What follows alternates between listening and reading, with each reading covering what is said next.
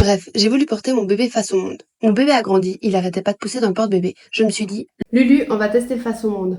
J'ai demandé à une copine, elle m'a dit, Pour une fois, adoré, Julia. Est-ce que je te prête? j'ai dit oui, bingo, j'avais un avis et un porte-bébé.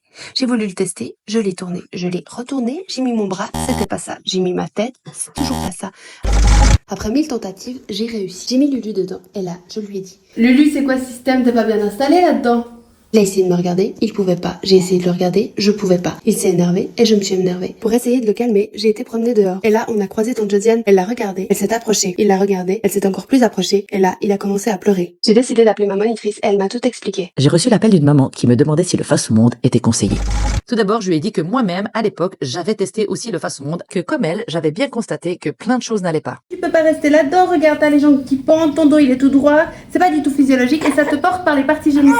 Alors je commence à lui expliquer une bonne position physiologique. Le bébé doit avoir le tissu qui arrive d'un creux d'un genou à l'autre et être bien maintenu pour être assis dans le système et non suspendu par les parties génitales. Que pour avoir un meilleur contact entre le fémur et la hanche, les genoux doivent être plus hauts que les fesses. Que lorsque les jambes sont en bas, le fémur aura moins de contact avec la hanche. Que le bébé face au monde risque d'avoir trop de stimulation pour son cerveau qui est encore immature. Il a besoin de se rassurer en tout moment en regardant son parent ou en se cachant contre lui. J'ai dit à Lulu qu'on allait tester les conseils de Pamela. En premier, je t'ai installé avec un sling sur le côté pour que tu puisses tout voir. Tu as adoré. On a testé de te passer sur le dos pour te mettre dans le sens de la marche et là aussi tu as adoré. Bref, on a trouvé ce qui nous convenait et j'ai compris pourquoi on ne met pas les bébés face au monde.